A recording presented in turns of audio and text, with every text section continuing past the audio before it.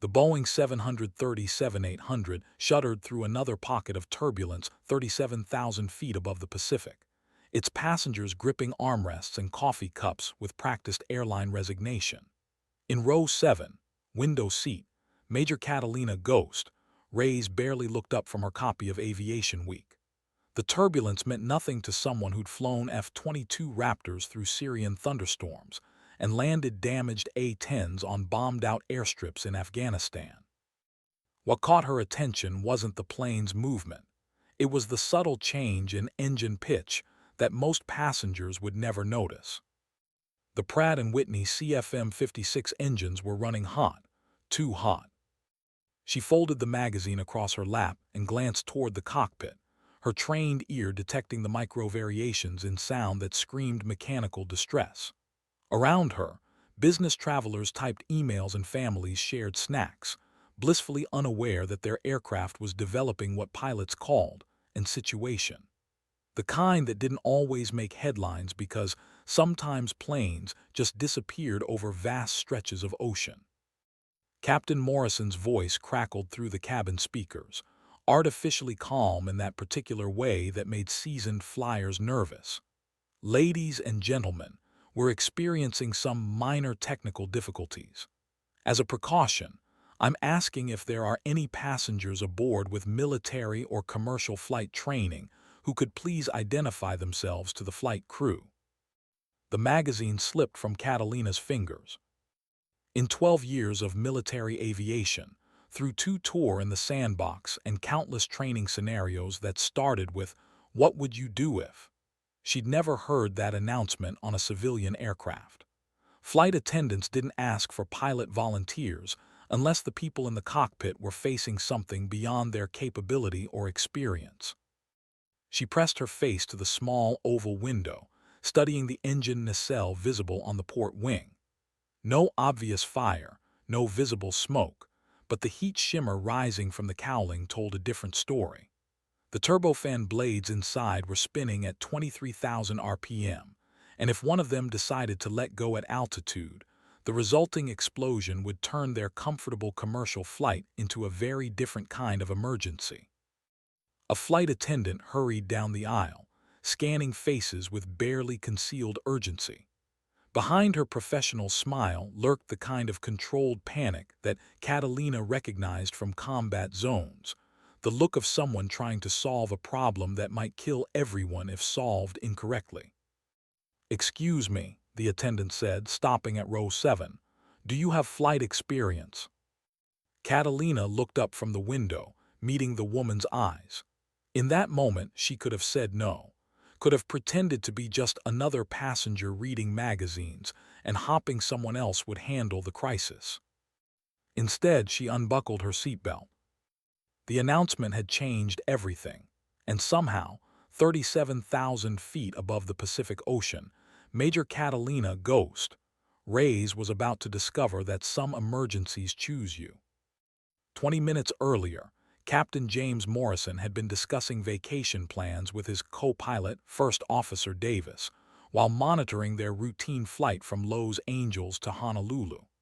The 737 was performing flawlessly, passengers were settled, and the Pacific stretched endlessly beneath clear skies. Then the number 2 engine began telling them lies. It started with subtle vibrations transmitted through the airframe, the kind of irregularity that experienced pilots feel in their bones before instruments confirm their suspicions. Morrison's right hand moved instinctively to the engine parameter display, watching temperatures climb beyond normal operating ranges, while the engine indication and crew alerting system remained stubbornly silent. "Jim, you seeing this?" Davis pointed to the exhaust gas temperature gauge, its needle creeping toward the amber caution zone. Morrison nodded, his mind already running through emergency checklists. 42 years of flying, from Navy Hornets to commercial jets, had taught him that engines didn't gradually overheat without reason. Something inside the Pratt & Whitney was failing, and failure at cruising altitude over open ocean presented limited options.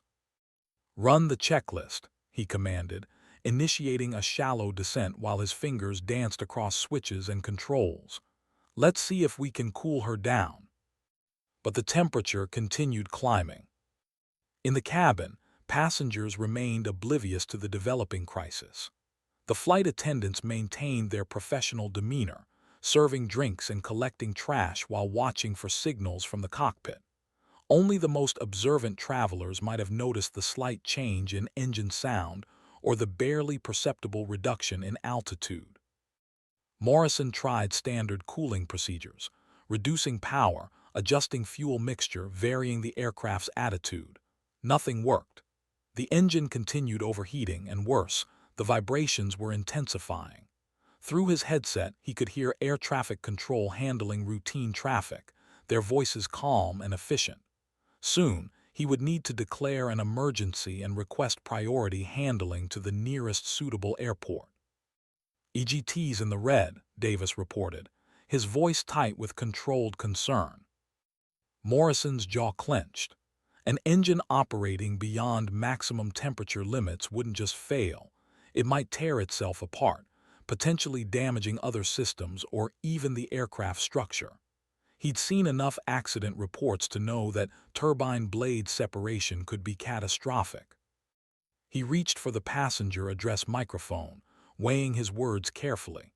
Commercial aviation operated on passenger confidence, and panic at altitude could be as dangerous as mechanical failure. But he also knew that desperate situations sometimes required unconventional solutions. The request for military flight training was a long shot, but over the Pacific, long shots were better than no shots at all. Catalina followed the flight attendant. Her nameplate read Jennifer, toward the aircraft's forward galley, each step carrying her deeper into a situation she hadn't sought but couldn't abandon. The narrow aisle seemed longer than usual, passengers glancing up with curious expressions as they passed. Some recognized the purposeful stride of military bearing. Others simply wondered why someone was moving toward the cockpit instead of away from it. "What's your background?" Jennifer asked quietly as they reached the forward galley, her professional mask slipping enough to reveal genuine concern. "Air Force, fighter and attack aircraft, 12 years active duty." Catalina kept her voice low, professional. No need to broadcast details that might increase passenger anxiety. Jennifer's relief was palpable. "The captain will want to speak with you directly." The cockpit door opened, and Captain Morrison turned in his seat. His weathered face carried the particular gravity that came from thousands of hours making life-or-death decisions at altitude. Behind him, First Officer Davis monitored instruments with the focused intensity of someone watching numbers that mattered. "Captain Morrison," the older pilot introduced himself, extending a hand. "I understand you have military flight experience." Major Catalina Reyes, Air Force, recently separated. F-22 and A-10 qualified, flight instructor certified. She moved into the cramped cockpit space, immediately scanning the instrument panel with trained eyes. Morrison indicated the engine display. "Number 2 engine is overheating beyond operational limits. We've run standard procedures without success. Temperatures climbing toward the red line, and we're starting to get vibrations that suggest internal damage." Catalina studied the readouts, her mind automatically calculating parameters and possibilities. The exhaust gas temperature was indeed approaching dangerous levels, while other engine parameters showed the telltale signs of a power plant in distress. "How long has it been overheating?" she asked. "Approximately 25 minutes. We've initiated descent and reduced power settings, but nothing's bringing the temperatures down." She nodded, understanding the implications. An overheating turbofan engine was essentially a bomb waiting to explode, and they were carrying 189 souls over an ocean that offered no emergency landing options for the next several hundred miles. "What's your assessment, Major?" Morrison asked, and Catalina appreciated that he used her rank rather than dismissing her input. "You're right to be concerned. Those vibration levels suggest possible internal component failure, could be bearing degradation, turbine blade damage, or worse, if the engine separates or experiences uncontained failure. She didn't need to finish the sentence. Morrison's expression confirmed her analysis. They were facing a situation where standard procedures weren't working, and unconventional thinking might be their only salvation. "We need options, Major. What would you do?" The question hung in the recycled air of the cockpit like a challenge. Morrison had effectively handed operational authority to a stranger, a recently separated Air Force major whose credentials he couldn't verify and whose judgment he was trusting based purely on necessity and intuition. It was the kind of decision that could end careers or save lives, often simultaneously. Catalina moved closer to the engine instrumentation, her eyes tracking multiple parameters simultaneously. In combat flying, you learn to synthesize vast amounts of information quickly because hesitation killed people. This situation demanded the same rapid decision-making, except failure would kill everyone aboard. "First, we need to buy time," she said, her voice carrying the calm authority that came from making critical decisions under pressure. "That engine is going to fail. Question is whether we can control how it fails." Davis looked up from his controls. "What do you mean, control how it fails?" "We can't stop the failure, but we might be able to prevent catastrophic separation. If we can manage the thermal load and reduce vibration stress, we might keep the engine contained until we reach a suitable airport." Morrison leaned forward. "I'm listening." Catalina pointed to the fuel flow indicator. "The engine is overheating because something inside is generating excessive friction, probably bearing failure or turbine damage. Standard cooling procedures aren't working because the root cause is mechanical, not operational." She paused, running calculations in her head. "We need to try thermal shock cooling. It's a technique we used in combat when engines were damaged but still needed to function long enough to reach base." "Thermal shock," Davis frowned. "That sounds dangerous." "It is dangerous," Catalina admitted. "But leaving the engine at current temperature levels is more dangerous. We temporarily reduce fuel flow to minimum sustainable levels, allowing the engine to cool rapidly, then gradually restore normal flow. It might cause additional damage, but it could also buy us time." Morrison considered this. The procedure wasn't in any commercial aviation manual, but they were beyond standard procedures now. "What's the risk?" "Worst case, we lose the engine entirely. But if we do nothing, we'll lose it anyway, probably in a more destructive fashion. The thermal shock might cause internal components to contract enough to reduce friction and vibration." The captain's hands moved toward the engine controls, then hesitated. "You're asking me to intentionally damage a functioning engine based on military combat experience." Catalina met his gaze steadily. "I'm asking you to try something that might save 189 lives instead of hoping that a failing engine fixes itself." The weight of command settled visibly on Morrison's shoulders.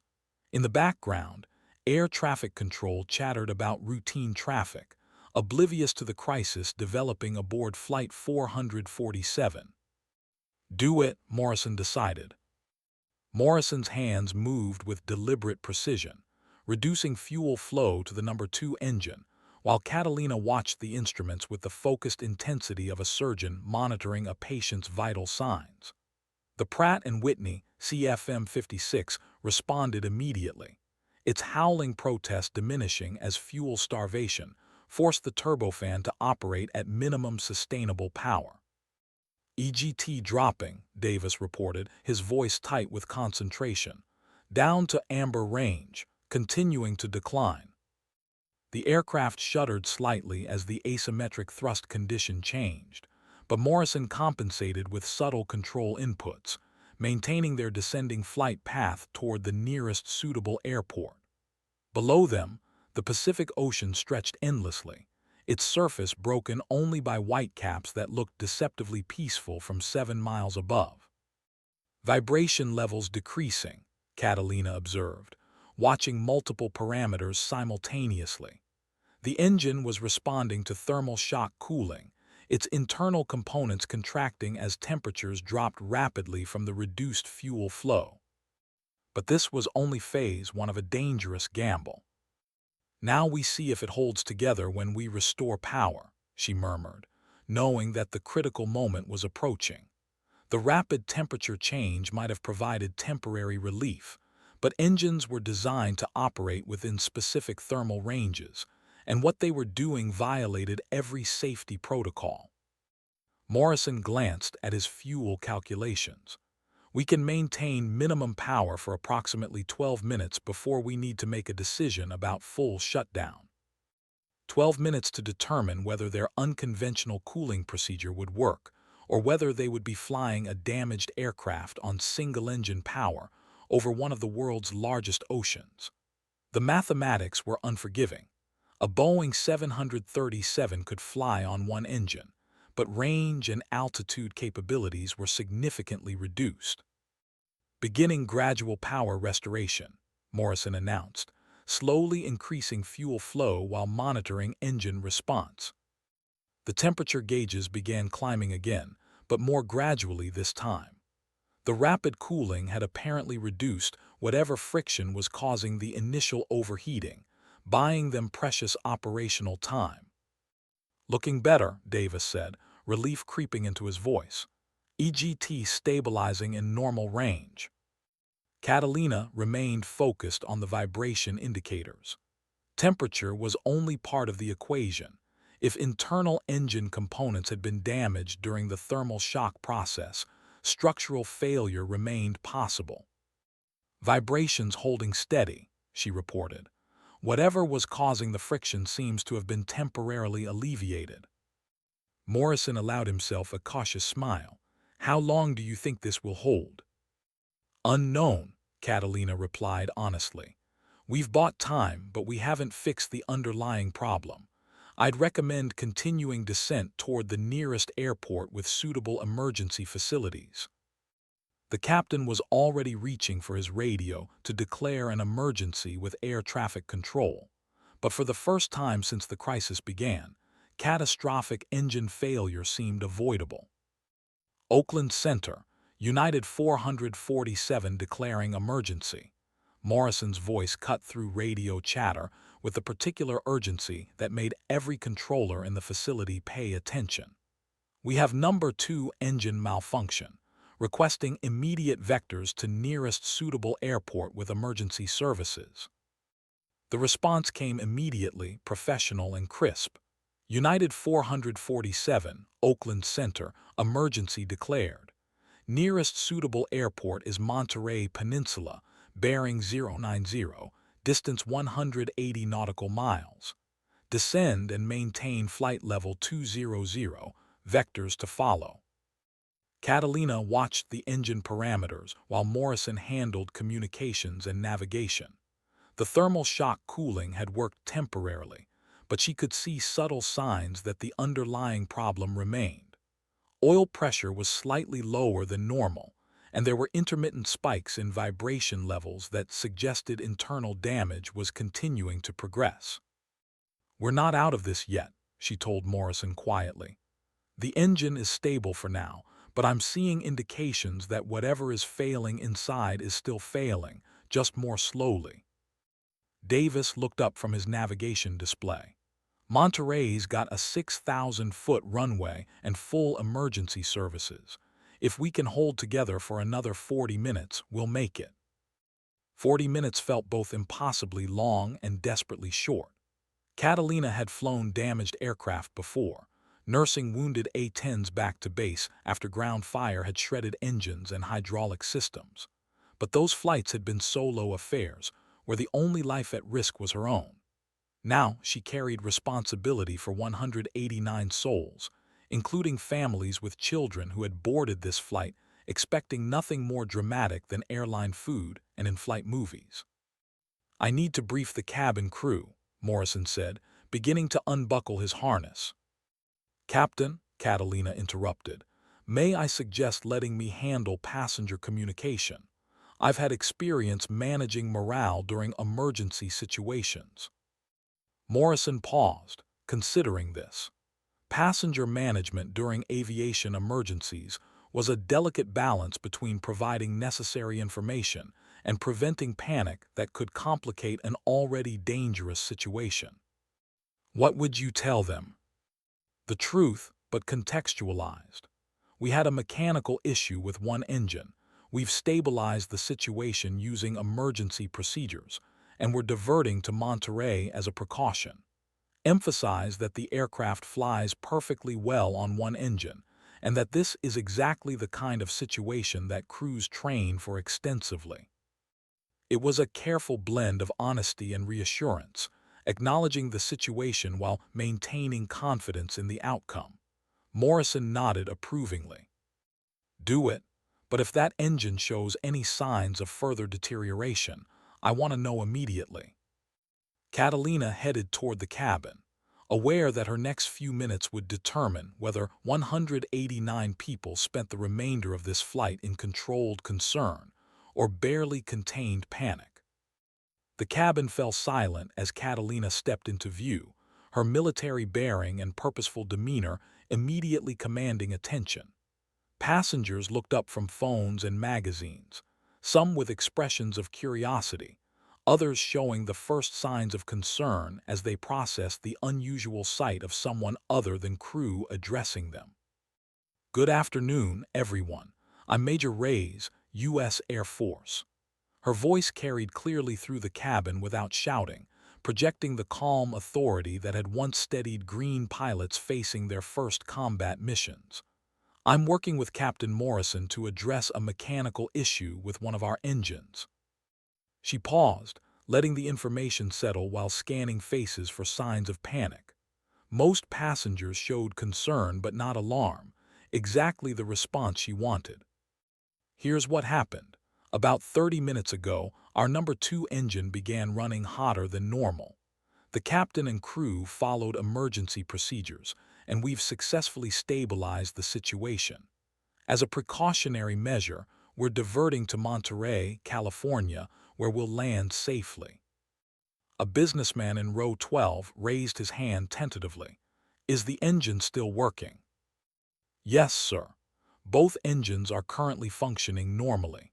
But we've learned through experience that when aircraft tell us something isn't quite right, we listen. This is exactly the kind of situation that airline crews train for regularly, and Captain Morrison has handled it expertly." An elderly woman near the back called out, "Are we in danger?" Catalina looked directly at her, maintaining eye contact. "Ma'am, this aircraft flies perfectly well on one engine if necessary. We have 2 engines, both currently working, plus backup systems for every critical function. You're safer right now than you would be driving to the grocery store." She could see tensions relaxing throughout the cabin. Fear fed on uncertainty, but information and confidence were powerful antidotes. "We'll be landing in Monterey in approximately 35 minutes. The airport has full emergency services standing by. That's standard procedure for any emergency landing, not because we expect problems, but because we prepare for every possibility." A flight attendant appeared at her shoulder. "Major, there's a question from row 23." Catalina walked down the aisle to where a young mother held a toddler, both showing signs of anxiety. "My daughter's scared," the woman said quietly. "She keeps asking if we're going to crash." Catalina knelt beside their seat, bringing herself to the child's eye level. "What's your name, sweetheart?" "Emma," the little girl whispered. "Hi, Emma. I'm Kat. I used to fly really fast airplanes for the Air Force, and I can tell you a secret. This airplane is one of the safest places you could possibly be right now. The pilots are taking such good care of us." Emma's eyes widened with interest rather than fear. The remainder of the flight passed in controlled tension, with Catalina moving between the cockpit and cabin, monitoring both engine performance and passenger morale. The number 2 engine continued operating within acceptable parameters, though she noticed subtle degradations that confirmed her assessment. They were flying on borrowed time. 20 minutes to Monterey, Davis announced as the California coast appeared on the horizon. Below them, the Pacific surf crashed against rocky shores while inland mountains rose toward clear skies. Morrison was already in contact with Monterey Approach Control, receiving priority handling and runway assignment. United 447, Monterey Approach, you're cleared direct runway 10 left, emergency equipment standing by. Winds calm, visibility unlimited. Direct 10 left, United 447, Morrison replied, then turned to Catalina. How's our patient doing? She studied the engine displays with the focused attention of someone whose combat experience had taught her to read between the lines of instrument presentations. Oil pressure is down another 2 psi, and I'm seeing intermittent temperature spikes. Whatever bearing or component is failing, it's continuing to degrade, just slowly enough to get us home. The aircraft began its final descent toward Monterey Peninsula Airport, a civilian field that would soon host an emergency landing, requiring every bit of skill and experience that Captain Morrison possessed. From her position behind the pilots, Catalina could see the runway ahead, emergency vehicles positioned along the taxiways with their lights already flashing. "Cabin crew, prepare for landing," Morrison announced over the intercom, his voice carrying the practiced calm that had kept his passengers confident throughout the emergency. But Catalina knew that landing was when damaged engines were most likely to fail completely. The power changes, attitude adjustments, and stress of touchdown created conditions where marginally functioning components often chose to give up entirely. "I'm staying in the cockpit for landing," she told Morrison. "If that engine decides to quit during approach, you might need an extra pair of hands." Morrison nodded grimly. He understood that their carefully managed emergency could still become a full-scale disaster in the next few minutes. "Ladies and gentlemen, flight attendants prepare for landing," came the familiar announcement, but this time it carried weight that the routine words usually didn't possess. Through the windscreen, Monterey Peninsula Airport grew larger, its single runway looking both reassuringly substantial and frighteningly narrow, as their damaged aircraft descended toward what everyone aboard hoped would be an uneventful conclusion to an extraordinary flight.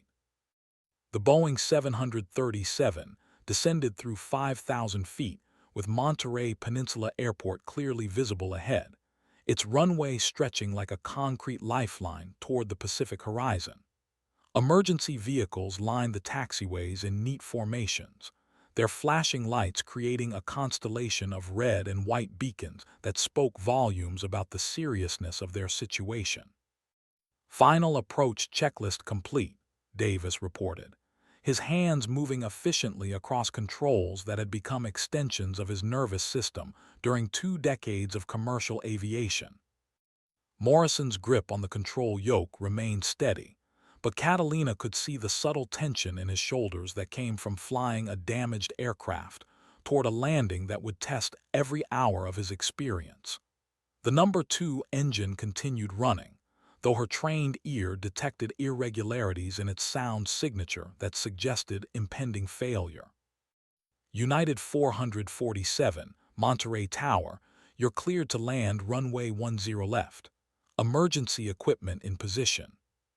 "Cleared to land, United 447, Morrison acknowledged, then addressed his cockpit crew. "If we lose the engine during approach, I'll maintain control. Davis, monitor airspeed and call out any deviations. Major Rays, watch those engine parameters and sing out if anything changes dramatically." The aircraft settled into its final approach configuration, flaps extended, landing gear locked down, everything appearing normal except for the subtle vibrations transmitted through the airframe from an engine that was determined to fail at the most critical possible moment. At 2,000 feet, oil pressure in the number 2 Engine dropped precipitously. Oil pressure falling rapidly, Catalina called out, watching the gauge spiral downward toward zero. Engine failure imminent. Morrison's response was immediate and professional. Engine failure checklist. Davis airspeed. Airspeed good on target, Davis responded, his voice tight with concentration. The Pratt & Whitney CFM56 gave one final shudder, then seized completely, its turbofan blades windmilling uselessly as the aircraft continued its approach on single-engine power. Morrison compensated for the asymmetric thrust condition with practiced skill, maintaining the precise flight path that would bring them safely to the runway.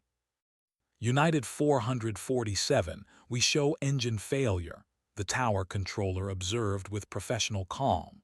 Continue approach, emergency equipment ready. In the cabin, passengers felt the change in engine sound and vibration, but Catalina's earlier briefings had prepared them for this possibility. Instead of panic, there was tense anticipation as 189 people trusted their lives to the skill of pilots they had never met. 1,000 feet on glide path, Davis called out. Morrison's hands and feet made constant microadjustments, coaxing maximum performance from their remaining engine while managing an approach that required absolute precision. The runway threshold passed beneath them at exactly the correct altitude and airspeed, Morrison's skills honed by 42 years of flying evident in every control input. The Boeing 737 touched down on runway 10 left with barely perceptible contact, its main landing gear absorbing the impact as Morrison deployed thrust reversers and wheel brakes to bring their damaged aircraft to a controlled stop. Emergency vehicles immediately surrounded the aircraft, their crews ready to respond to any post-landing complications. But the number 1 engine continued running smoothly as Morrison taxied clear of the active runway toward the emergency parking area. United 447, Monterey ground, taxi to Gate Alpha 1, emergency equipment following. Outstanding job, Captain. The relief in the tower controller's voice was audible, matching the emotions flooding through the cockpit as 3 aviators realized they had successfully managed a crisis that could have ended very differently. Morrison set the parking brake and began shutdown procedures while Davis coordinated with ground personnel. Around them, passengers began applauding, not the perfunctory clapping that sometimes followed routine landings, but the heartfelt appreciation of people who understood they had just witnessed exceptional airmanship. Major Reyes, Morrison said, turning to face Catalina, I don't know what would have happened without your input. That thermal shock cooling procedure bought us exactly the time we needed. Catalina shook her head modestly. You would have figured something out, Captain. That's what good pilots do. But Morrison's expression suggested he believed otherwise. I've been flying for 4 decades, and I've never encountered anything quite like that engine failure pattern. Your combat experience provided options that my commercial training didn't include. Through the cockpit windows, they could see ground crews positioning mobile stairs while emergency personnel conducted final safety inspections. The crisis was officially over, but its lessons would ripple through multiple lives and careers. Davis looked up from his post-flight checklist. Engine teardown inspection is going to be interesting. I'd bet money that bearing failure led to thermal cascade, just like the Major predicted. Catalina gathered her belongings, preparing to return to her role as a passenger, but Morrison's next words stopped her. Major, would you consider staying for the debriefing? The NTSB investigators are going to want detailed accounts of our emergency procedures, especially the thermal shock cooling technique. She nodded, understanding that their successful emergency landing would likely become a case study in aviation crisis management. But more importantly, she had discovered something about herself during the past hour that changed her perspective on civilian life after military service. Some skills transcended uniform and service branch. Some responsibilities chose you regardless of rank or assignment status. The National Transportation Safety Board investigation into United Flight 447's emergency landing began within hours, with investigators arriving from San Francisco to examine the failed engine and interview all personnel involved in the crisis management. Lead investigator Patricia Walsh, a 20-year veteran of aircraft accident analysis, had seen enough engine failures to recognize that this case was unusual in several significant ways. The thermal shock cooling procedure isn't documented in any commercial aviation emergency manual, she noted during her initial interview with Captain Morrison. Where did this technique originate? Morrison indicated Catalina, who sat across the conference table in Monterey Peninsula Airport's Emergency Operations Center. Major Reyes, recently separated Air Force, provided the procedure based on her combat aviation experience. Walsh turned her attention to Catalina, her expression professionally neutral but clearly interested. Major, can you describe the circumstances under which you learned this technique? Afghanistan, 2019. I was flying A-10 close air support when ground fire damaged my right engine.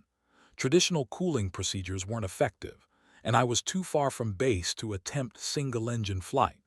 My flight instructor had mentioned thermal shock cooling as an emergency technique for maintaining power when engines were damaged but still functional. Catalina paused, remembering the weight of that decision over hostile territory. The procedure carries significant risk of complete engine failure, but when the alternative is certain failure, acceptable risk parameters change. Walsh made detailed notes. Aircraft accident investigations relied heavily on understanding decision-making processes during emergencies, and this case presented a unique example of cross-service knowledge transfer. The engine teardown inspection confirmed bearing failure in the high-pressure turbine section, she continued. Thermal expansion from friction caused cascading damage that would have led to catastrophic failure within minutes. Your cooling procedure essentially stopped the cascade long enough to reach a suitable airport. First Officer Davis leaned forward. So, Major Rey's assessment was correct. The engine was going to destroy itself. Computer modeling suggests uncontained failure was likely within 10 to 15 minutes of your emergency declaration, Walsh confirmed. Uncontained failure at cruising altitude over water. She didn't need to complete the sentence. The room fell silent as everyone processed the implications. Their emergency landing hadn't just been a successful resolution to a mechanical problem. It had potentially prevented a major aviation disaster. Morrison looked at Catalina with newfound respect. You saved 189 lives today, Major. But Catalina was thinking about something else entirely. Walsh's investigation would become part of the official record, potentially influencing future emergency procedures and pilot training programs. Her combat-derived technique might save other lives in situations not yet imagined. Investigator Walsh, will this procedure be evaluated for inclusion in commercial aviation emergency training? Walsh nodded. Absolutely. We'll be working with manufacturers and training organizations to develop appropriate protocols based on your experience. 3 months after the emergency landing at Monterey Peninsula Airport, Catalina stood before an auditorium filled with commercial airline pilots, flight instructors, and aviation safety specialists at the International Association of Airline Pilots annual conference in Dallas. The invitation to speak had arrived 6 weeks earlier, accompanied by a letter from Captain Morrison explaining that their successful emergency landing had indeed influenced emergency procedure development across the industry. The intersection of military and civilian aviation experience, she began, looking out at faces that represented thousands of years of collective flying experience, often occurs in circumstances we'd prefer to avoid, emergencies where conventional procedures reach their limitations. She clicked to the first slide of her presentation, showing the engine parameter displays from Flight 447 during the critical phase of their emergency. What you're seeing here is a Pratt & Whitney CFM56 experiencing cascading thermal failure due to high-pressure turbine bearing degradation. Standard cooling procedures were ineffective because the root cause was mechanical rather than operational. A pilot in the third row raised his hand. Major Reyes, the thermal shock procedure you employed, what made you confident it wouldn't cause complete engine failure during a critical phase of flight? It was the question she'd expected, and the one that cut to the heart of emergency decision-making. I wasn't confident it wouldn't cause failure. I was confident that doing nothing guaranteed failure, probably catastrophically. When facing certain disaster, procedures that might cause disaster become acceptable alternatives. She advanced to the next slide, showing the timeline of their emergency from initial symptom recognition through successful landing. Captain Morrison's decision to trust an unconventional procedure from someone he'd never met demonstrates the kind of command judgment that separates exceptional pilots from merely competent ones. From the back of the auditorium, a familiar voice spoke up. "Major, what Captain Morrison demonstrated was the wisdom to recognize expertise regardless of its source." Catalina smiled, recognizing Morrison's voice even before spotting him among the attendees. Captain Morrison's presence here today illustrates another important point. Successful emergency management requires collaborative thinking. No single pilot, regardless of experience, possesses every possible solution to every possible emergency. She clicked to her final slide, which showed a simple equation. Experience plus innovation plus collaboration equals survivability. The aviation industry has always advanced through sharing knowledge across service boundaries, aircraft types, and operational environments. Military pilots learn from civilian experience, just as civilian pilots can benefit from military problem-solving approaches. The applause that followed was sustained and genuine, recognition from professional peers who understood the complexity of the decisions she had faced at 37,000 feet over the Pacific Ocean. After the presentation, Catalina found herself surrounded by pilots eager to discuss emergency procedures, cross-service training opportunities, and career transitions from military to civilian aviation. The conversations revealed a professional community hungry for knowledge that could save lives, regardless of its origin. Captain Morrison approached during a brief lull in the discussions. "Major, I have a proposition for you." She turned, curious about what the veteran pilot might suggest. United Airlines is developing a new emergency procedures training program based partly on our experience with Flight 447. They're looking for instructors with both military and emergency management experience. Morrison paused, gauging her reaction. The position would involve developing curriculum, training pilots, and serving as a consultant for unusual emergency situations. Catalina considered this unexpected opportunity.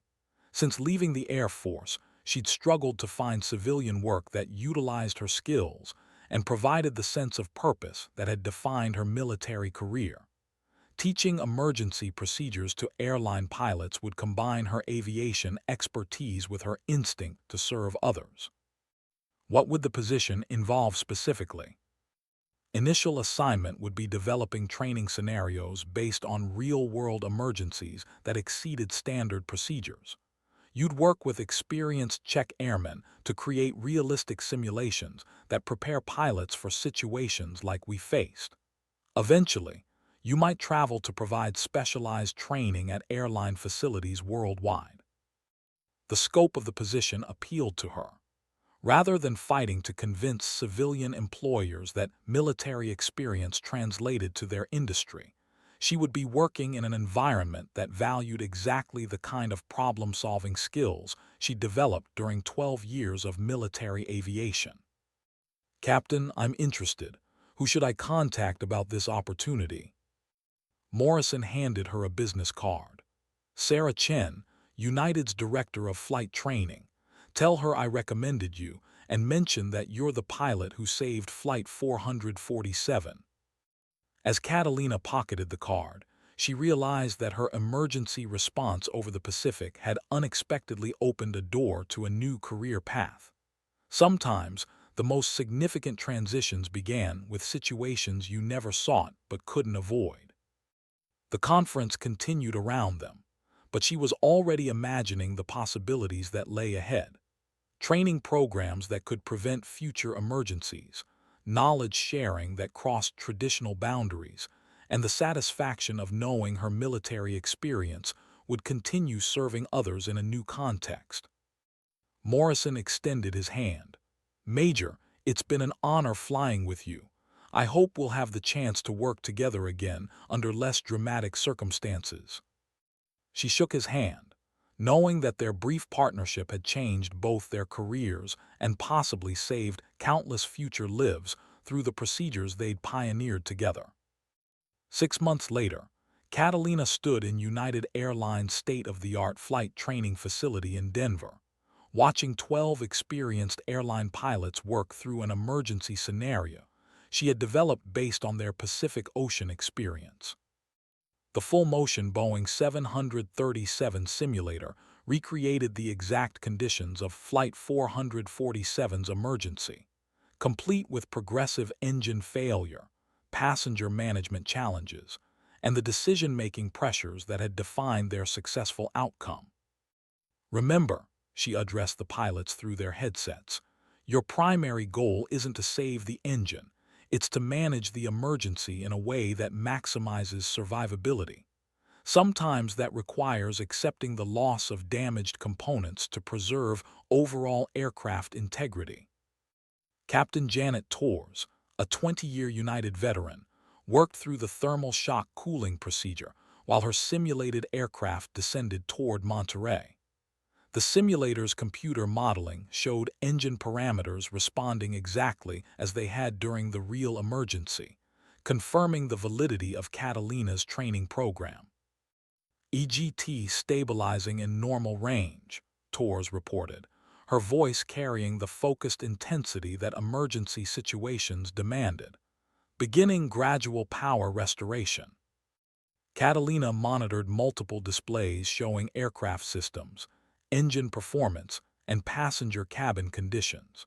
The simulator's sophisticated programming included the psychological stress factors that complicated real emergency decision-making, forcing pilots to manage not just mechanical problems, but also crew coordination and passenger communication challenges.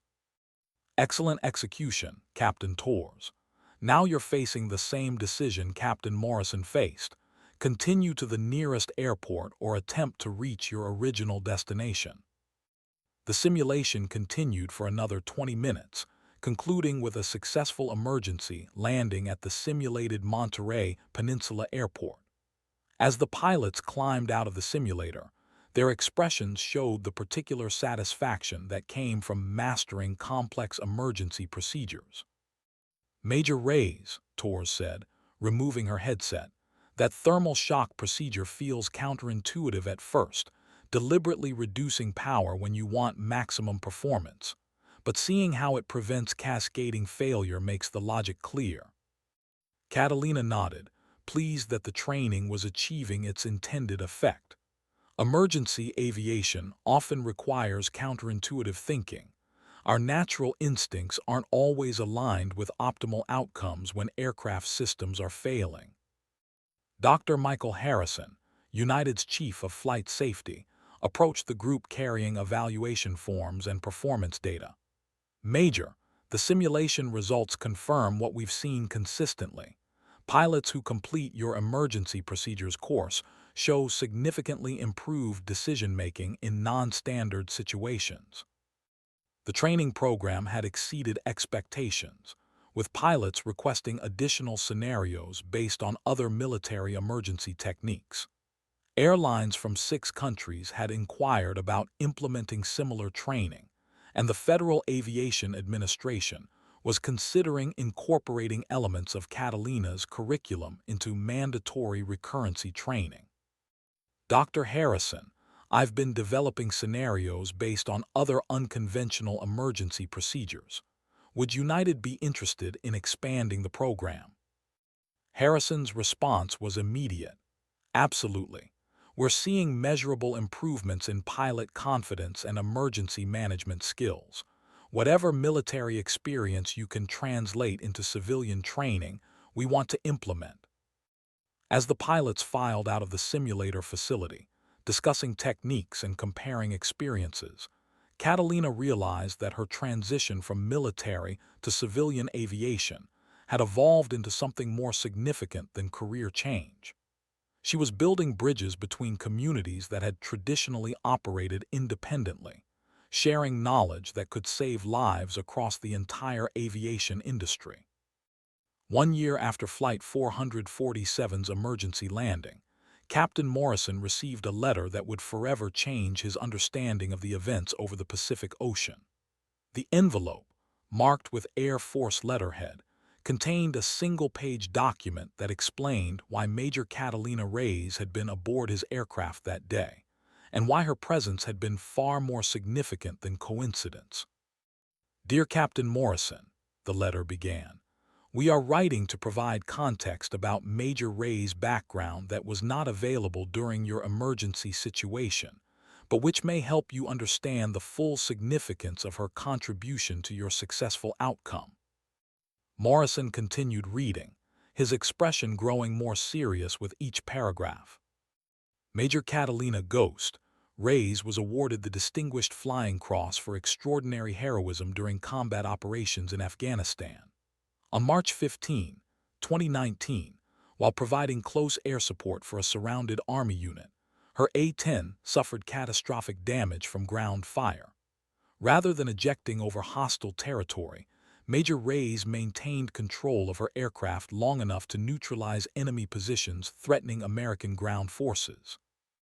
The letter detailed how Catalina had flown her damaged A-10 for 47 minutes with failing engines, hydraulic system damage, and significant structural compromise, ultimately crash landing at a forward operating base where she was evacuated with serious injuries. Major Reyes spent 8 months recovering from injuries sustained during that mission. Her medical retirement from active duty was effective 6 months prior to your emergency situation. She was traveling to Hawaii for recuperative therapy when circumstances placed her aboard Flight 447. Morrison set the letter down, understanding now why Catalina had possessed such calm authority during their crisis. She hadn't just been a military pilot helping with a civilian emergency. She had been someone whose entire career had been defined by making impossible decisions under extreme pressure. The letter concluded with information that explained her call sign. Major Reyes earned the call sign Ghost, not for stealth characteristics, but for her ability to bring damaged aircraft home when other pilots would have been forced to abandon them. Her squadron credited her with pioneering survival techniques that saved multiple lives throughout her deployment. Morrison reached for his phone, needing to call Catalina immediately. Their emergency landing had been remarkable enough, but knowing the full context of her experience and sacrifice added dimensions he was still processing. When she answered, her voice carried the familiar calm that had steadied his nerves during their crisis. "Captain Morrison, good to hear from you." "Major Cat, I just received a letter from the Air Force about your background. I had no idea about your Distinguished Flying Cross or about what happened in Afghanistan." There was a long pause before she responded. "Those details weren't relevant to our situation over the Pacific. We had an emergency to manage, and that required focus on solutions, not history." But Morrison understood that history had been exactly what saved Flight 447. Catalina's combat experience, her medical retirement, her presence on that specific flight, all had converged to create the precise combination of circumstances that enabled their survival. The one-year anniversary of Flight 447's emergency landing was marked by a reunion that brought together crew members, passengers, and the emergency responders who had waited on the ground at Monterey Peninsula Airport. The gathering, organized by passenger advocacy groups and hosted by United Airlines, provided an opportunity for everyone involved to reflect on the events that had bound them together through shared crisis and successful resolution. Captain Morrison stood before the assembled group in a conference room overlooking the runway where their Boeing 737 had landed 12 months earlier. When we declared emergency that day, I was focused on managing a mechanical crisis. I didn't fully understand that we were witnessing something much more significant, the power of human expertise applied in extraordinary circumstances. He gestured toward Catalina, who sat among the passengers she had helped reassure during their flight. Major Ray's contribution went far beyond technical knowledge.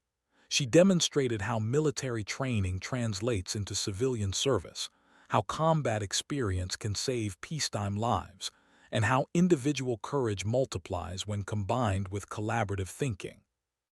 Emma, the young girl who had been frightened during the emergency, approached the microphone with her mother's encouragement. Now 6 years old, she had prepared a drawing that showed an airplane landing safely while emergency vehicles waited nearby.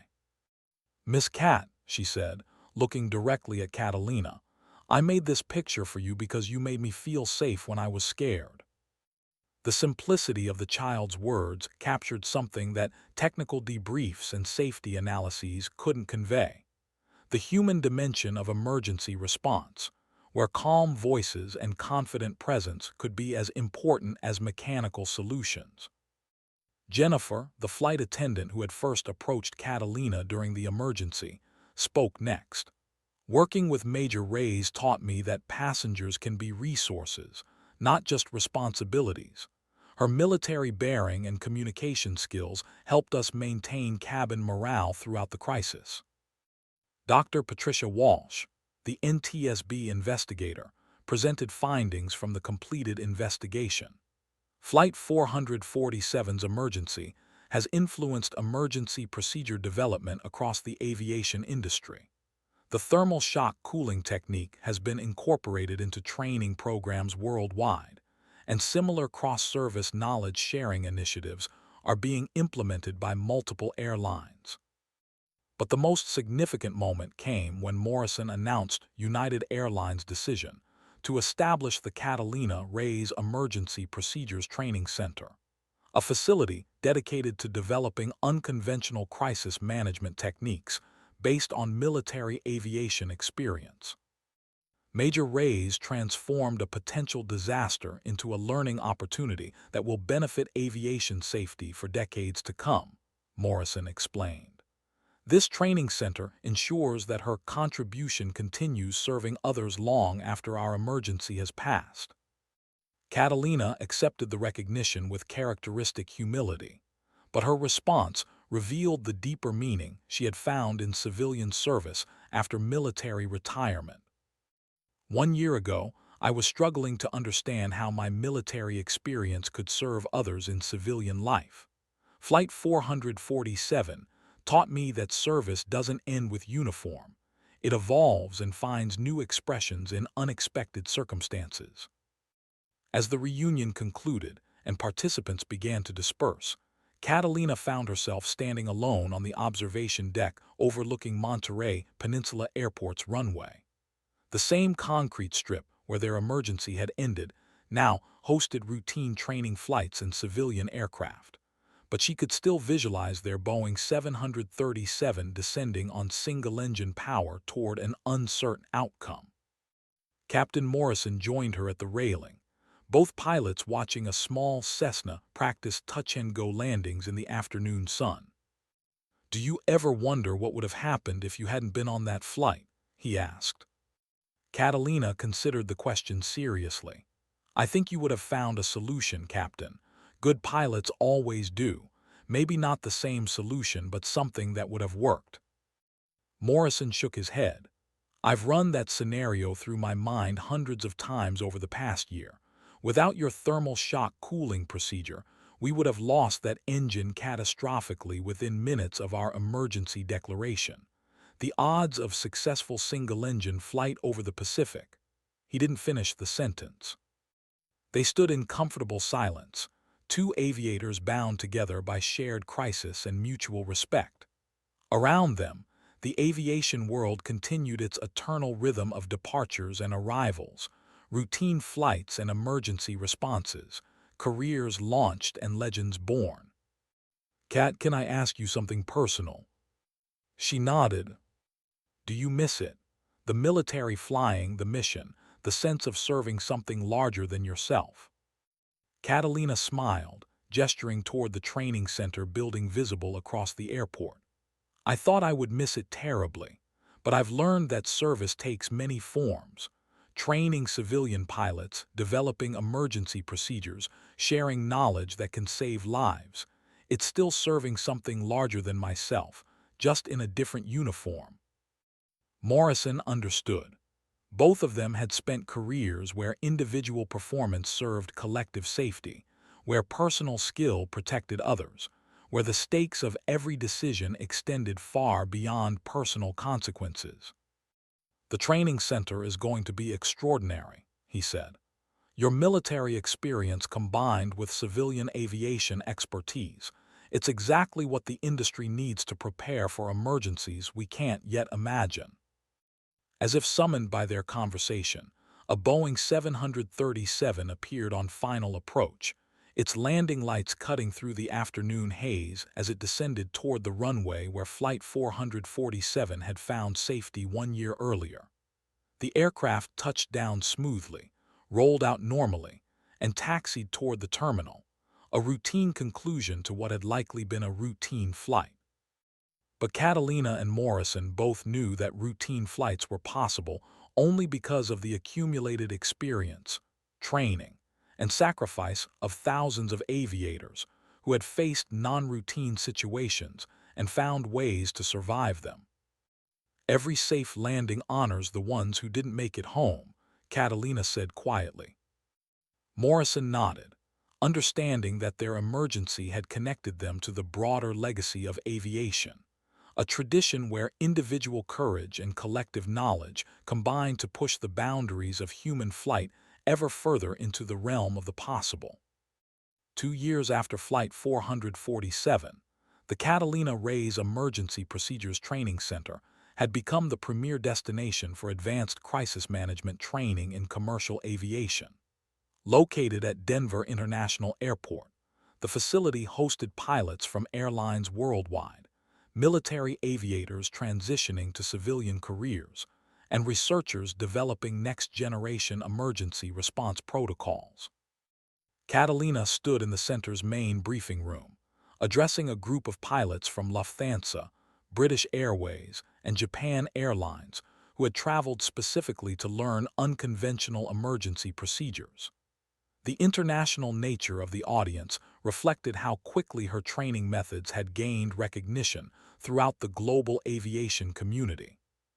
Today we're going to explore scenarios where standard emergency checklists reach their limitations, she began, activating a large display screen that showed multiple aircraft emergencies from around the world. These are situations where survival depends on creative problem-solving rather than procedural compliance. The first scenario involved a cargo aircraft that had lost hydraulic pressure at high altitude over the Himalayas, forcing the crew to develop innovative control techniques using differential engine thrust. The second detailed a passenger jet that had encountered severe turbulence resulting in structural damage, requiring unconventional flight management approaches.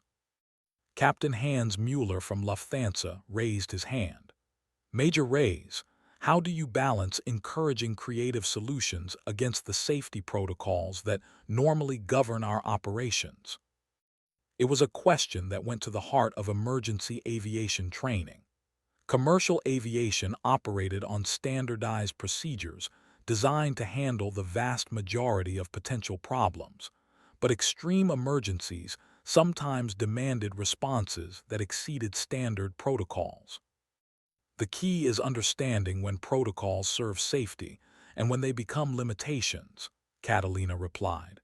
In normal operations, following established procedures is always correct. But when those procedures aren't working, pilots need permission to think beyond their training while maintaining safety as the primary objective. She clicked to the next slide, showing decision trees that helped pilots determine when conventional responses were insufficient. We're not teaching you to ignore procedures. We're teaching you to recognize when procedures need to be supplemented with creative thinking. Captain Yuki Tanaka from Japan Airlines leaned forward. In Japanese aviation culture, deviation from established procedures requires significant justification. How do we balance cultural expectations with emergency innovation? Catalina appreciated the cultural sensitivity of the question. Different aviation cultures approached emergency decision-making with varying levels of flexibility, and effective training needed to acknowledge these differences. Cultural adaptation is crucial, she acknowledged. We work with each airline to develop training approaches that respect their operational culture while expanding emergency response capabilities. The goal isn't to change your culture. It's to provide additional tools that remain available when conventional approaches prove insufficient. The discussion continued for another hour, with pilots sharing emergency experiences from their own careers and exploring how alternative approaches might have influenced outcomes. These conversations formed the core of the training center's mission, creating a global community of aviators prepared for situations that hadn't yet been imagined. During a break in the international training session, Catalina received a phone call that would lead to her most challenging assignment yet. The caller identified himself as Captain Robert Chen, chief pilot for Pacific Island Airways, a small regional carrier serving remote destinations throughout the South Pacific. Major Reyes, we have a situation that requires your specific expertise, Chen said, his voice carrying the particular tension that came from dealing with ongoing operational crises. One of our aircraft experienced engine failure yesterday while approaching Tuvalu Airport. The crew managed to land safely, but they used emergency procedures that aren't documented in any manual we can find. Catalina grabbed a notepad, immediately focused on the technical details. What type of aircraft and what specific procedures? DHC-6 Twin Otter, approaching a 4,800-foot runway in strong crosswinds. Engine failure occurred at 800 feet during final approach. The crew somehow managed to maintain control using what they described as asymmetric energy management, deliberately using the failed engine's drag to assist with directional control. The description caught Catalina's attention immediately. The DHC-6 Twin Otter was a rugged utility aircraft commonly used for short-field operations, but engine failure during approach to a short runway created extremely challenging flight dynamics. Captain Chen, was the crew able to explain their decision-making process? That's the problem, Major. The captain is a former military pilot, but he's having difficulty articulating exactly what he did or why it worked. The first officer is relatively inexperienced and can't provide technical analysis. We need someone who can debrief them properly and determine whether their technique has broader applications. Catalina understood the implications. If Pacific Island Airways pilots had developed effective emergency procedures for short-field operations, those techniques could benefit operators worldwide who serve challenging airports with limited emergency response capabilities. When do you need me in the South Pacific? As soon as possible. We've grounded the aircraft pending investigation, but we need to understand what happened before we can determine whether similar techniques should be incorporated into training for our other pilots. After ending the call, Catalina realized that this assignment would take her further from conventional aviation training than anything she had previously undertaken. Remote Pacific Islands operated under conditions that challenged every assumption about emergency response capabilities, requiring pilots to be completely self-reliant when facing mechanical failures. She began researching DHC-6 Twin Otter performance characteristics and Pacific Island Airways route structure, preparing for an investigation that would test her ability to analyze emergency procedures developed under the most demanding operational conditions imaginable. Within 24 hours, she was aboard a United Airlines flight bound for Fiji, carrying investigation equipment, and a growing sense that this assignment might uncover emergency techniques as significant as the thermal shock cooling procedure that had saved Flight 447.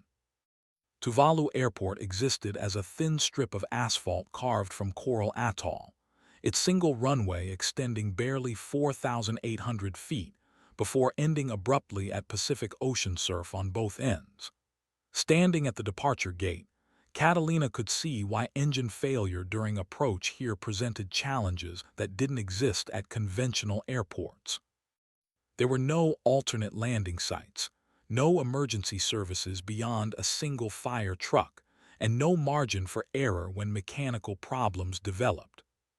Captain Tevita Mona, the pilot who had executed the emergency landing, met her at the small terminal building. His weathered face carried the particular calm that came from years of flying in conditions that would challenge most aviators, and his handshake conveyed the strength of someone accustomed to managing aircraft through situations that demanded physical as well as mental toughness. Major Reyes, thank you for coming. I've heard about your work with United Airlines and the training center. We need someone who understands that sometimes the book doesn't have answers for what we face out here.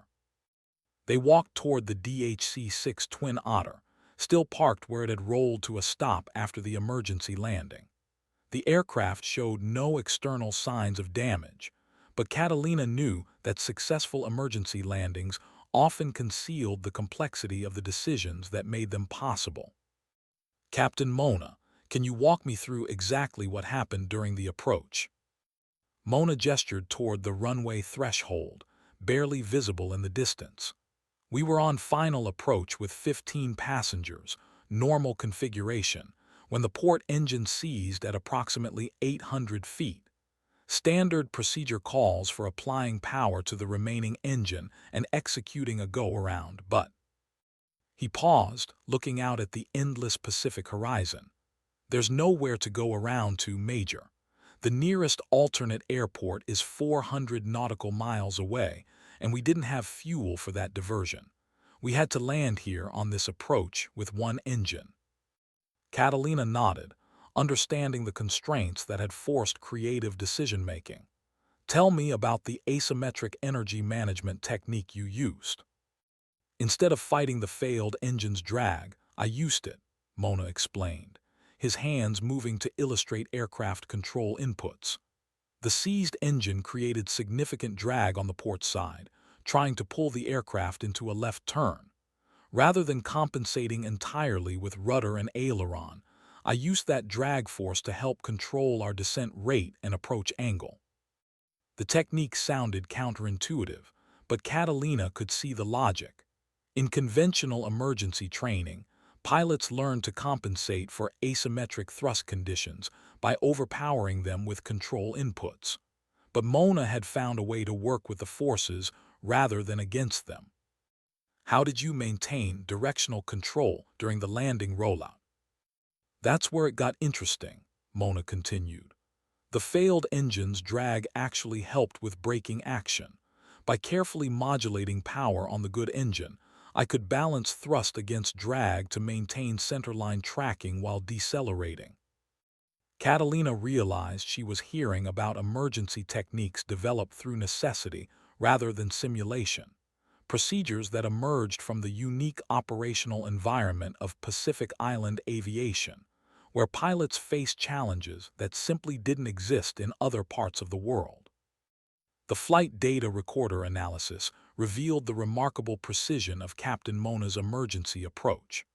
Working with Pacific Island Airways maintenance team in their small but well-equipped hangar, Catalina studied the electronic evidence of an emergency landing that had pushed the boundaries of conventional aircraft handling. "Look at this control input pattern during final approach," she said, pointing to data traces on her laptop screen. Instead of making large corrections to compensate for the failed engine, Captain Mona made small, rhythmic adjustments that worked with the aircraft's natural tendencies. Chief Mechanic Pua Falciano, whose 30 years of maintaining aircraft in remote Pacific conditions had given him insights into operational challenges that most mechanics never encountered, leaned over her shoulder to study the data. "That makes sense from a mechanical perspective," he observed. "Fighting the aircraft creates stress on control systems and airframe structure. Working with the forces reduces stress and probably provided more precise control." First Officer Sandra Kim, who had been in the right seat during the emergency, joined their analysis session. Her relative inexperience had initially seemed like a limitation, but Catalina realized that fresh perspective might reveal details that seasoned pilots would overlook. "Sandra, from your position, what did you observe about Captain Mona's control inputs that seemed different from normal approaches?" Kim consulted her handwritten notes from the emergency. "He was much more gentle with the controls than I expected. During training, we learned that engine failure requires aggressive control inputs to maintain aircraft performance, but Captain Mona's inputs were almost delicate." The word choice was significant. Delicate control handling suggested finesse rather than force, precision rather than power, exactly the kind of touch that might be necessary when working with aerodynamic forces instead of overpowering them. Catalina spent the next 3 hours reviewing every aspect of the emergency approach, from initial engine failure through touchdown and rollout.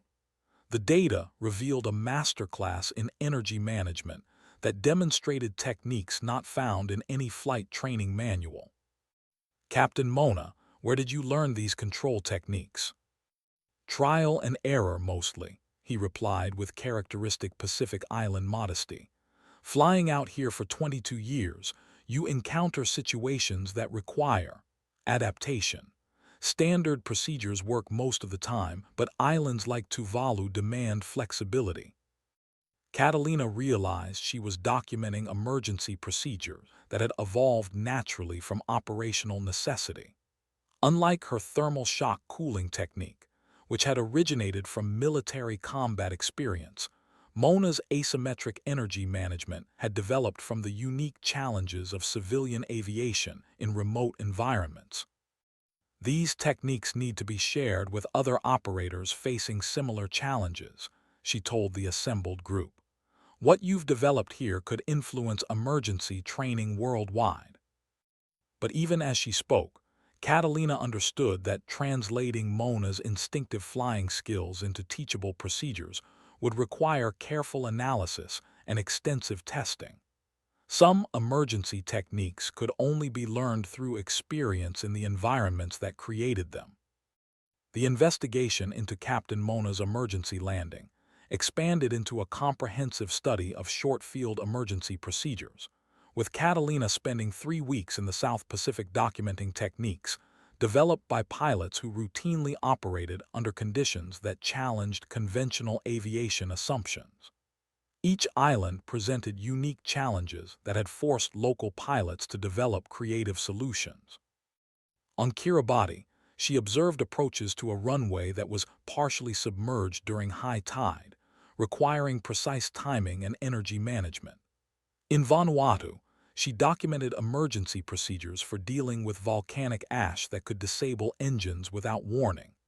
Each location had produced pilots whose survival depended on innovation rather than adherence to standard procedures. Captain Elizabeth Narayan, who flew for Air Marshall Islands, demonstrated recovery techniques for wind shear encounters that occurred when aircraft transitioned from overwater to overland flight paths during approach. Her method involved using controlled energy dissipation to maintain approach stability when conventional wind shear recovery procedures proved inadequate. Out here, the weather creates conditions that don't exist anywhere else, Narayan explained as they reviewed her technique in the cramped cockpit of her DHC-8 turboprop. Standard recovery procedures assume you have altitude and airspace to work with. When you're approaching a 5,000-foot runway surrounded by ocean, those assumptions don't apply. Catalina documented each technique meticulously, recognizing that she was witnessing the development of emergency procedures that might eventually influence aviation training worldwide. But more than technical procedures, she was observing a culture of aviation that emphasized adaptation, resourcefulness, and the kind of pilot judgment that could only be developed through years of challenging flying.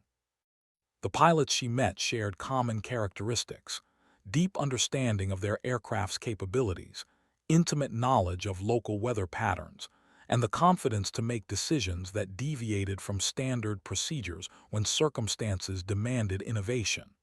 They represented aviation at its most fundamental level: individual skill and judgment applied to the challenge of safe flight. "Major Reyes," said Captain Joseph Manua from Solomon Airlines during one of their evening debriefing sessions, "what we do out here isn't really different from what you did over the Pacific. We just do it more often." His observation struck at something fundamental about emergency aviation.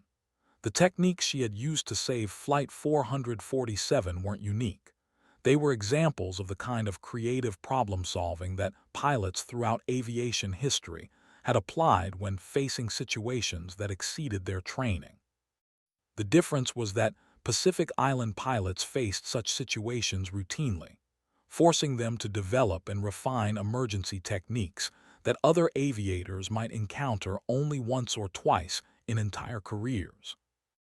As her investigation concluded, Catalina realized that the South Pacific had provided insights into emergency aviation that complemented and expanded everything she had learned during her military career. These pilots had shown her that innovation in aviation wasn't limited to combat situations. It emerged wherever human judgment met mechanical limitation, in environments that demanded more than procedural compliance. Returning to Denver from the South Pacific, Catalina carried with her documentation of emergency procedures that would revolutionize short-field operations training worldwide. The techniques she had observed challenged fundamental assumptions about aircraft handling during emergencies, suggesting that cooperation with aerodynamic forces could be more effective than attempting to overpower them through conventional control inputs. Dr. Sarah Martinez, the Federal Aviation Administration's Director of Flight Standards, reviewed Catalina's preliminary report during a meeting at the training center 3 days after her return. The implications of the Pacific Island techniques extended far beyond remote aviation operations, potentially influencing emergency procedures for any aircraft operating from airports with limited options for go-around or alternate landing sites. "Major Reyes, the asymmetric energy management procedures you've documented represent a significant departure from current emergency training," Dr. Martinez observed, studying video footage of Captain Mona's emergency approach. "Before we can recommend these techniques for broader implementation, we need extensive simulation testing and validation." Catalina had anticipated this requirement. Revolutionary aviation techniques required rigorous testing before gaining acceptance, particularly when they challenged established safety protocols. "Dr. Martinez, I've already contacted Boeing and DHC about developing simulation models that can replicate the conditions where these techniques were developed. We need to understand not just how they work, but when they work and what limitations they might have." The conversation was interrupted by Dr. Michael Harrison from United Airlines, who had driven from the company's training facility to participate in the FAA briefing. "Major, beyond the technical validation, we need to consider how to train pilots to recognize when these unconventional techniques are appropriate versus when standard procedures should be followed." It was a crucial point. Emergency aviation training needed to provide pilots with expanded capabilities while maintaining clear decision-making frameworks that prevented inappropriate application of advanced techniques in situations where conventional procedures remained more suitable. That's exactly what we learned from the thermal shock cooling implementation, Catalina replied. We don't teach pilots to replace standard procedures. We teach them to recognize when standard procedures need to be supplemented with additional techniques. Dr. Martinez made detailed notes as they discussed implementation strategies. Major, the FAA is prepared to support development of advanced emergency procedures training, but we need assurance that any techniques we endorse have been thoroughly tested and validated. The meeting concluded with agreement to establish a joint research program, combining the training center's emergency procedures expertise with the FAA's testing and validation capabilities. The goal was ambitious, creating a new category of emergency aviation training that prepared pilots for situations beyond conventional emergency scenarios. As Dr. Martinez and Dr. Harrison departed, Catalina reflected on how her role had evolved from emergency responder to researcher, and now to architect of training programs that could influence aviation safety for decades. Each assignment had expanded her understanding of how individual expertise could serve collective safety through knowledge sharing and institutional innovation. The South Pacific investigation had revealed that emergency aviation techniques were still being developed wherever pilots faced challenges that exceeded existing training.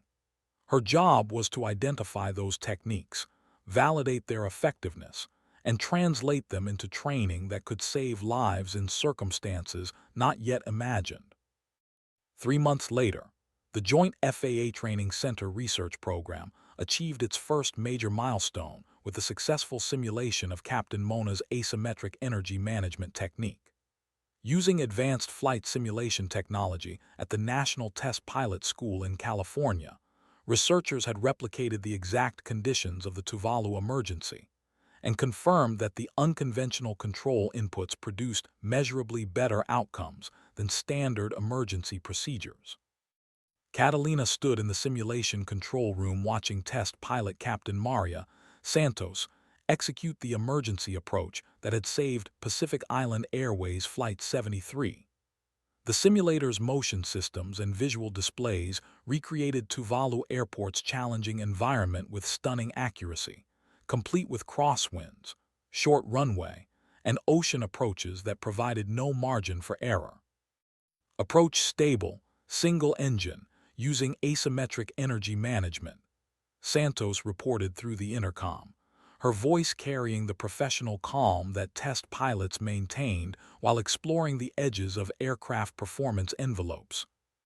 Dr. James Peterson, the lead researcher from the National Test Pilot School, monitored multiple data streams showing aircraft performance, control inputs, and energy management throughout the simulated emergency. Control precision is remarkable, he observed. The asymmetric energy management technique provides more precise approach path control than conventional compensation methods. The simulation concluded with a successful landing on Tuvalu's short runway, confirming that Captain Mona's instinctive techniques could be replicated by other pilots, given appropriate training and understanding of the underlying principles. Dr. Peterson, what's your assessment of broader applicability? Catalina asked as Santos climbed out of the simulator. The technique appears to be most effective in situations where conventional emergency procedures are constrained by environmental limitations, short runways, challenging terrain, limited alternate options. For pilots operating in those environments, asymmetric energy management could significantly improve emergency landing success rates. Captain Santos joined their discussion, carrying the particular enthusiasm that test pilots displayed when they encountered genuinely innovative flying techniques. Major Reyes, this procedure feels like it should be intuitive, but it's completely opposite to everything we're taught about engine failure management. The mental switch from fighting the aircraft to working with it requires significant training. Catalina nodded, recognizing that implementation would require more than technical validation. Pilots needed to develop new instincts for recognizing when conventional procedures should be supplemented with advanced techniques, and training programs needed to provide clear decision-making frameworks for emergency situations. Captain Santos, how many simulation sessions would you estimate are needed to develop proficiency with asymmetric energy management? For experienced pilots, probably 6 to 8 sessions to develop basic proficiency, with recurrent training needed to maintain skills. But the technique should only be taught to pilots who already demonstrate excellent basic emergency procedures. This is advanced training that builds on solid fundamentals. The research team spent the remainder of the day documenting performance parameters and developing training protocols that would eventually be tested with airline pilots from carriers serving challenging airports worldwide. Each successful simulation brought them closer to validating emergency procedures that could save lives in situations where conventional training proved insufficient. The validation of asymmetric energy management techniques marked the beginning of the most ambitious expansion in emergency aviation training since the introduction of crew resource management in the 1980s. Airlines from 6 continents sent representatives to Denver to observe demonstrations and discuss implementation of advanced emergency procedures that addressed situations beyond conventional training scenarios. Captain Lars Anderson from Scandinavian Airlines studied performance data from the latest simulation sessions, his expression reflecting the mix of skepticism and interest that experienced pilots showed when encountering techniques that challenged established procedures. Major Reyes, in Scandinavian aviation culture, we emphasize strict adherence to procedures as the foundation of safety. How do we reconcile advanced emergency techniques with procedural discipline? It was a question that went to the heart of emergency aviation philosophy. Different aviation cultures approached the balance between procedural compliance and innovative thinking in various ways, and successful training needed to respect those differences while expanding capabilities. Captain Anderson, advanced emergency procedures don't replace standard training. They provide additional options when standard procedures prove insufficient. The key is developing judgment to recognize when situations exceed conventional responses. She clicked to a slide showing decision trees that helped pilots determine when advanced techniques were appropriate. We maintain procedural discipline as the foundation, then build additional capabilities for situations where following procedures alone isn't sufficient to ensure safety. Captain Chen Wei from China Eastern Airlines raised his hand. In Chinese aviation, deviation from established procedures requires extensive documentation and review. How do these advanced techniques fit within regulatory frameworks that emphasize procedural compliance? Catalina appreciated the regulatory complexity of implementing unconventional emergency procedures. Different countries approached aviation safety through varying regulatory philosophies, and training programs needed to be adaptable to multiple oversight frameworks. Captain Chen, we work with each airline and regulatory authority to develop implementation approaches that satisfy their specific requirements. The techniques remain available as additional tools while respecting local procedural expectations and documentation requirements. Dr. Patricia Walsh, the NTSB investigator who had originally analyzed Flight 447's emergency, joined the discussion via video conference from Washington. Major Reyes, what we're seeing is the emergence of a new category of aviation training that acknowledges the limitations of standardized procedures while maintaining safety as the primary objective. The international training session continued for 3 days, with representatives from airlines, regulatory agencies, and aviation safety organizations exploring how advanced emergency procedures could be integrated into existing training frameworks.